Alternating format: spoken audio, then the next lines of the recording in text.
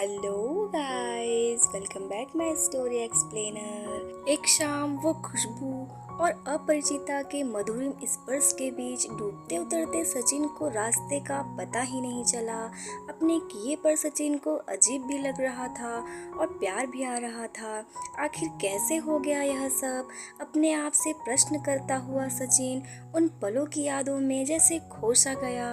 वह सोचने लगा कि जो हुआ ठीक तो नहीं हुआ, पर गलती केवल उसकी तो नहीं थी, वह भी तो पूरी तरह से शामिल थी।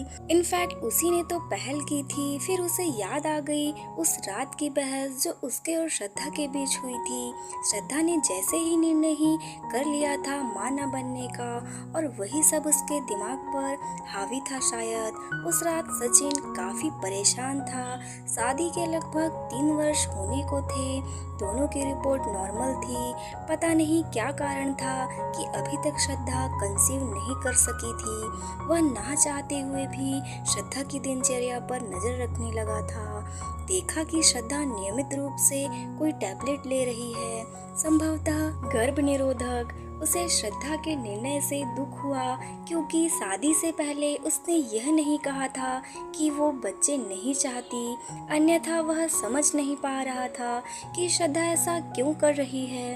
वह बच्चा चाहता था। जब से उसे पता चला कि श्रद्धा बिना बताए उसे गोलियां ले रही है, उसने अपनी दिनचर्या ही बदल डाली। शाम को जब वह घर आते ही एक सामान को पटकता और वॉलीबॉल खेलने क्लब चला जाता, थका हारा लौटता और खाना खाकर सो जाता। रात यूं ही गुजर जाती। श्रद्धा की पहल पर भी सचिन का मन निजी पलों में नहीं रमता था, और उस दिन श्रद्धा का फैसला सुनकर वह निराश हो गया। और श्रद्धा माँ नहीं बनना चाहती थी, वह इन सब झंझटों से दूर रहना चाहती थी। सचिन ने श्रद्धा की मम्मी से बात की, पर उन्होंने भी कोई संतोषजनक उत्तर नहीं दिया। उन्हें अपनी बेटी के फिगर और कैरियर की ज़्यादा चिंता थी। सचिन देखता था कि अधिकतर श्रद्धा वर्क फ्रॉम होम लेकर घर से ही काम करती है। वह खुद अच्छा कमा लेता है। श्रद्धा की माँ को पेंशन मिल रही है। इकलौती लड़की होने के कारण अपने माता पिता के छोड़े अच्छे खासे बैंक बैलेंस की मालिक है वह। फिर भी उसे घर में नया मेहमान नहीं चाहिए। ऐसा क्यों? ऐसा सचिन सोच रहा था। ऑफिस के काम से सचिन अक्सर बाहर जाया करता था। इसी सिलसिले में वह दिल्ली जा रहा था कि एक अचानक हुए एक्सीडेंट के कारण आगे की ट्रेन रद्द कर दी गई। उसे इटारसी में ही उतरना पड़ा। उसने क्लॉक रूम में सामान रख दिया, स्टेशन की गहमा गहमी से निजात पाने के लिए। जब वह एक खेतों के किनारे चल पड़ा, सर्दियों में शाम जल्दी ढल जाती है। पेड़ों पर पंछियों की भीड़ लगने लगी थी। इतने दिनों से काम की आपाधापी में वह शहर की गतिविधियों में इतना व्यस्त हो गया था। यहाँ का वातावरण उसे अजीब सा एक सुकून दे रहा था। उसकी नज़र एक पेड़ के नीचे बेतरतीब सी बैठी एक युवती पर ठहर गई। जब वह पास पहुंचकर देखा तो गाढ़े रंग की पोशाक पहने एक युवती भी सचिन की तरह ही मुसाफिर लग रही थी। सचिन उसे नजरअंदाज करके आगे बढ़ना ही चाहता था कि उसने पूछा, यहाँ ठहरने के लिए रूम कहाँ मिलेगा? उसके इस प्रश्न से सचिन को यह तो समझ आ गया कि वो दोनों एक ही समस्या का हल ढूंढ रहे हैं, पर वह कोई त्वरित उत्तर नहीं दे पाया।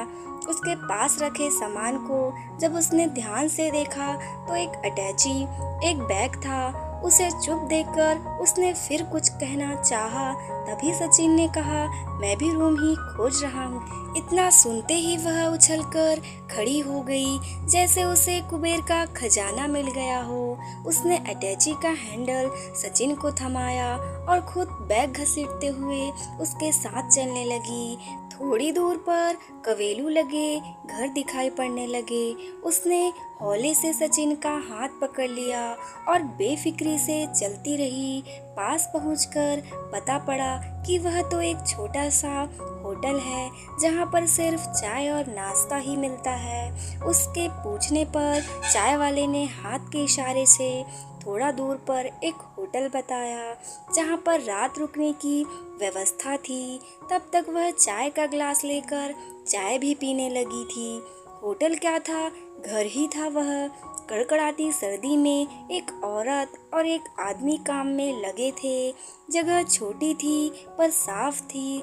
वह भट्टी के सामने खड़ी होकर जब हाथ सेकने लगी तभी सचिन वहीं पर कुर्सी पर बैठ गया।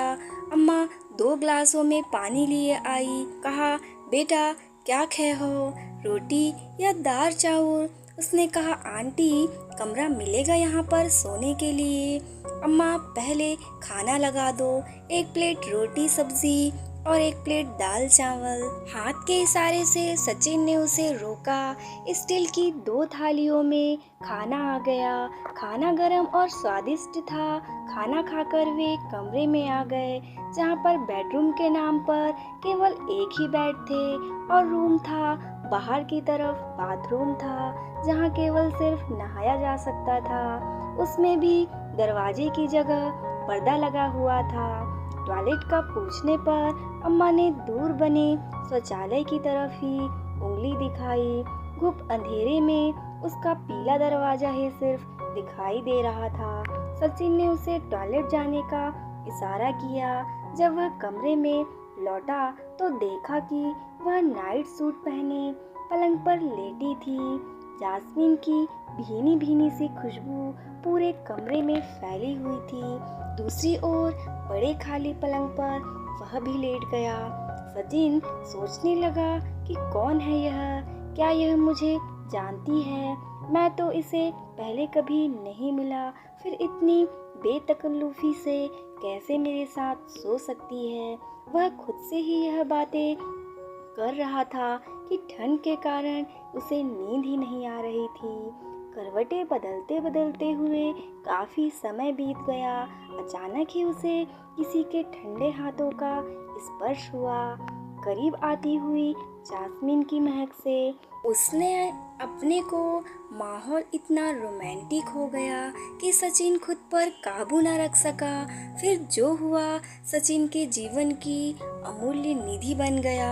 फिर सुबह जब फोन की घंटी बजी, घंटी से जब सचिन की नींद टूटी तो उसने देखा कि आसपास उसके कोई भी नहीं था। फोन किसी अननोन लैंडलाइन नंबर से आ रहा था। दूसरी ओर से स्वर उभरा, मी मोहनोत्रा कहाँ हो आप? हड़बड़ाहट सचिन ने घड़ी देखी तो सुबह के 8 बज रहे थे। सर मैं वो एक्सीडेंट, मेरी ट्रेन कैंसिल हो गई थी एक्सीडेंट की वजह से। You okay? जी सर, जल्द से जल्द आने की कोशिश कर रहा हूँ। यह कहते हुए सचिन ने खुद को संभाला और इधर उधर देखा तो कोई भी नहीं था। शायद वहाँ से वह जा चुकी थी।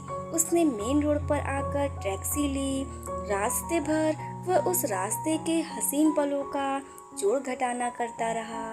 थोड़ा अच्छा, थोड़ा खराब, पर वह अजीब सी शांति महसूस कर रहा था। So guys, thanks for watching and please support me guys. Like share subscribe ज़रूर से कीजिएगा और हमें कमेंट करके ज़रूर से बताइएगा कि आप लोगों की स्टोरी कैसी लगी और आप लोग कैसी स्टोरी सुनना पसंद करते हैं। सो नेक्स्ट स्टोरी के लिए स्टे कनेक्टेड। जय भारत, बाय बाय।